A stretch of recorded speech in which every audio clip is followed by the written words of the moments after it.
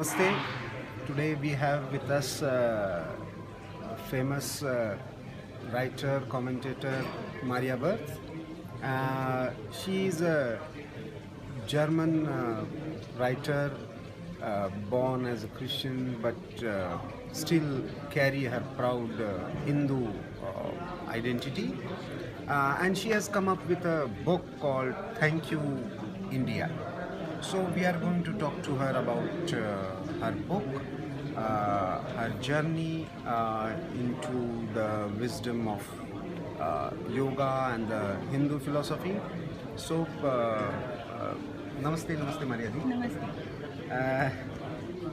So, why thank you, India? Because I'm very grateful to India. I think if I had not come to India, I would not know what life is about. I would have become an atheist, which doesn't fully make sense because there must be a power behind. And in fact, I always believed there is some power behind. No? But since I lost faith in the Christian God, we are somehow lost. No? So, and when I came to India, and by chance I read this book by Swami Vivekananda, Dhyana Yoga. I did not come to India for any spiritual reason. I came actually for wildlife sanctuaries. So when in Kanyakumari I picked up this book, and it was like, yeah, that's it. Here's the truth. I mean, this makes absolutely sense, and especially these examples that Brahman is like the ocean, and individuals, the persons, we are like the waves, and our essence naturally is the same in all. So we are all connected, and the meaning of life is to discover this ocean within me. So this journey that started from say Vivekananda, but you actually speak about right from Osho to Raman Maharshi to almost Ramdev Baba, and still you didn't stick to one guru. Why this? When I came, I was a little frightened of having a guru because I thought you have to do what he says. And there was also a thing. When I met Anandamai Ma and Devaraha Baba, I was very impressed. When I saw Ma for the first time, I just was crying, without being sad or happy, but just I did not know what was happening. And somebody said, "It's normal if you meet a pure soul." So I was drawn to her, and people said, "Look, you have such a chance. She's already so old. Take Diksha." And but I didn't take. But of course, I was influenced by her. No? And after she had left her body, and then I thought maybe such great people are not there anymore. And I relied more on Ramana Maharishi, who had passed away already. No? So it was. I read a lot, and I reflected a lot, and I started to meditate, and I started to chant mantras, which I feel is a very great help. And I remember some 35 years ago when I was traveling in the train, often there would be people sitting, even more women who would do the mala. And now it's getting less, I feel. So, yeah, I'm grateful for getting all this help and reading Bhagavad Gita about Bhakti. Yeah, this was one issue that I came more from the Dhyana part. No? I wanted to understand what is truth about myself.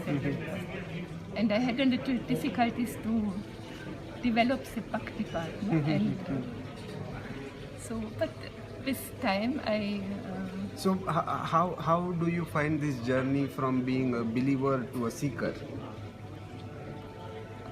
Believer, that is a problem, I feel, no?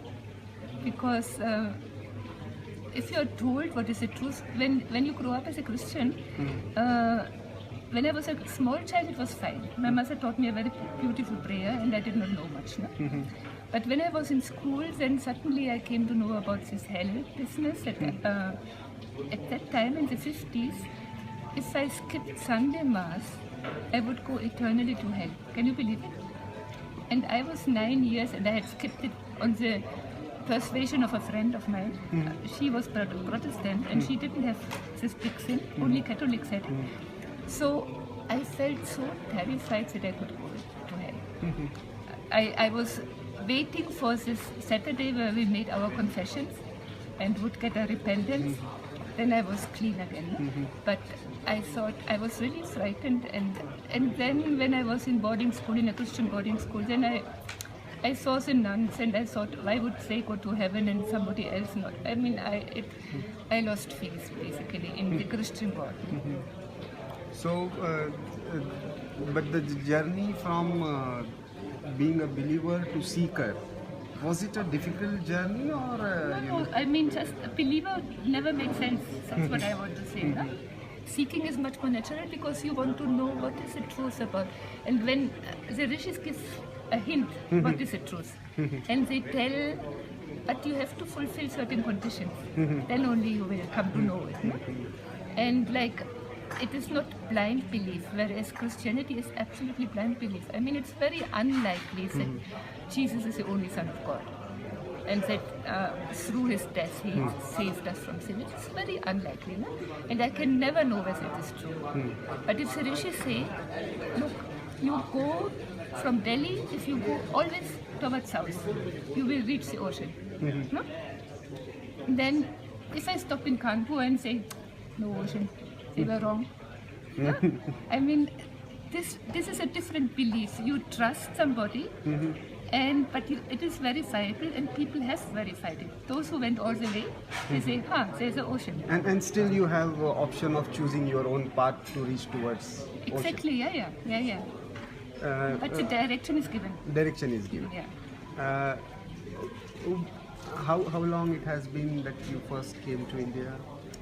Actually, the very first time I came during my studies in 74 already. Oh. And I felt sick. I didn't understand a thing. And I remember that one college dean or the head of a college in Mumbai, in Bombay at that time, he told me Hinduism is like a primitive nature religion. And I did not object. And I knew nothing, and maybe. I mean, I saw all these temples, and no? So I did not know anything, and it didn't really make sense. And my mother even says, I came back and said, never again India.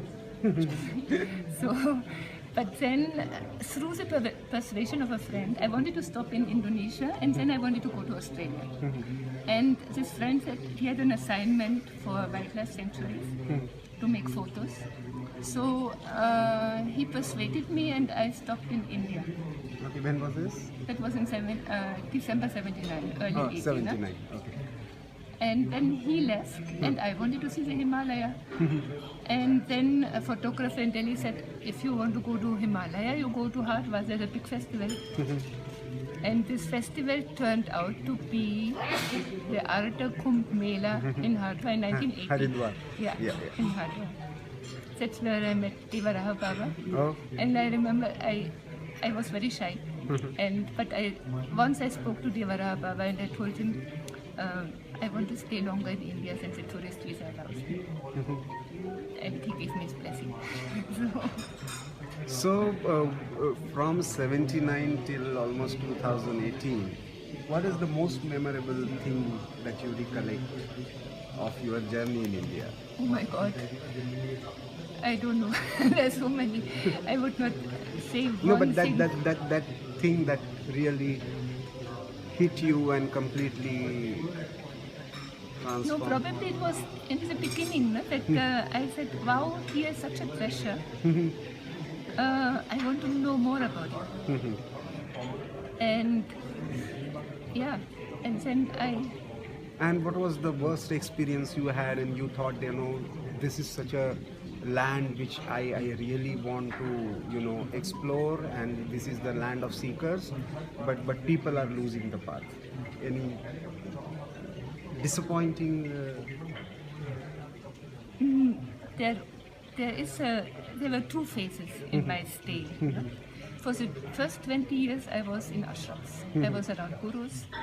I lived a very simple life. And at that time, I thought that every Indian knows about this great tradition. And I met people who knew about it. In the ashram, you meet certain group of people. No? So then I left one guru and I moved to Dehradun because that's where I started with Ananda Mama, and I always liked Dehradun. And then I'm connected with English educated, more English educated people. Earlier they spoke also English, but a very different group. And I realized I did not understand what was happening because they were so critical of their own tradition, of Hindu Dharmas. So the strange thing is they didn't know anything about it. They had not even read the Bhagavad Gita.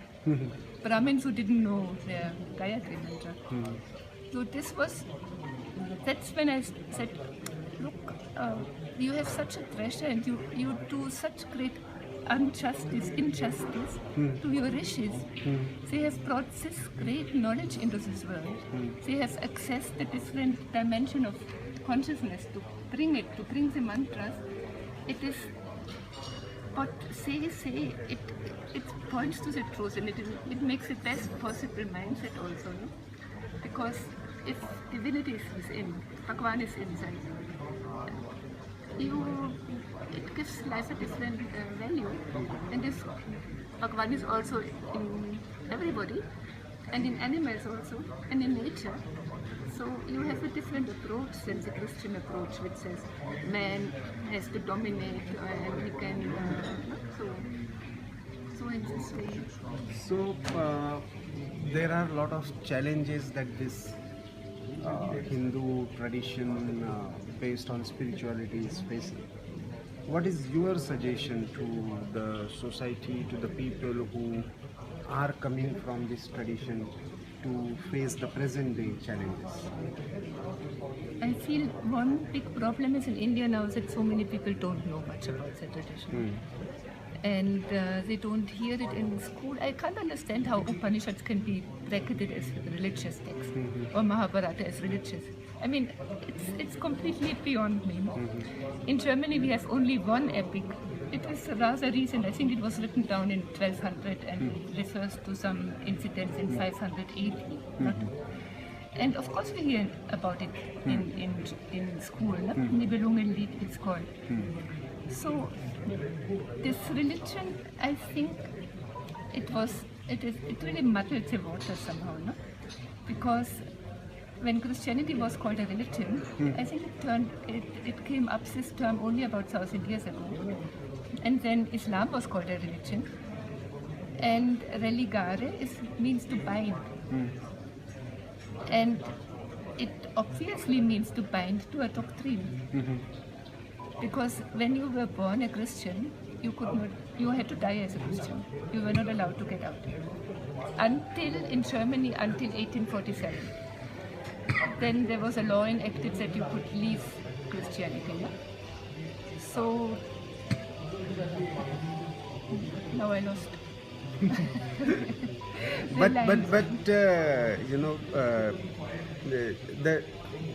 If you see these challenges that are facing the Indian society and the Hindus at large, what you would suggest can be the possible, way outs to reconnect with the... I started that most Indians don't know much, and I feel you have to reconnect by standing up for it.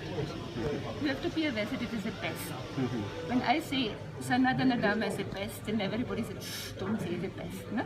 We are not like them. But best means you can compare. Every day you have to compare what is better, what is not so good. No? And it opens you to comparison. And but Christianity and Islam don't allow any comparison. They just claim this alone is the truth. And they don't have a proof. And I feel this you have to object to, because they don't only say this is the truth, but they say also if you don't believe it, you go to hell. So it means if a Hindu does not convert and a Christian believer or a Muslim believer, he really believes what his religion taught him, he will look down on you. And you have been talking about this, everything about freedom of religion, and the India should and Hindus should stand about this particular right. What is the rationale? No. Freedom of religion, I feel it is a very strange thing, because Declaration of Human Rights, okay, no? Everybody has a right. And yes, there was at the conference there was this talk about Mehta, Hansa Mehta, that she contributed. Now I feel Hindus would have again responsibility almost to contribute, because there is also the right to religious freedom. And you are not, of course, you are not allowed to discriminate against anybody on the basis of his religion. So, fine. But there is a whole religion, not only one but two, which discriminate against all those who are not belonging, who are not members of their own religion. And this we have to point out. I mean, you cannot... That is a collective discrimination. Freedom of religion, they are allowed to teach their children to propagate their religion, and they propagate Hindus, Buddhists, atheists, they will burn forever and ever and ever. They are not good. I mean, this is unacceptable, because it can lead to hate crime. It actually does lead to hate crime. So you have to object to this, isn't it? I mean, so you still believe? So you still believe that the India, with its true tradition, can stand up against this atmosphere of exclusion with the idea of inclusion and divinity and everything? Of course, he has a truth. There's only one truth, no? And truth is that what is. So it's not in a book. It doesn't fit into a book.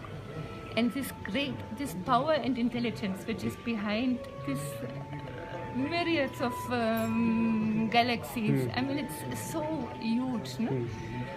This certainly does not condemn you if you call the supreme power by a different name. It's impossible. And so this knowledge which is here in India, it cannot be improved upon, I think. I mean, nothing, whatever the rishis said and what was tested has been proven right. For example, that this world here, that it is an appearance only. It depends on our sense perception. It is not solid, not real. Now science also says it. Yeah. And by the way, all the scientists, they were inspired by your tradition. Yes. So now the Christianity said universe is 6,000 years old, world is 6,000 years old. You said long ago, billions. So now you are proven right. So you have already said thank you, India. Now perhaps Hindus and Indians should stand up for themselves and say to your efforts, thank you, Maria. No. Thank No, you.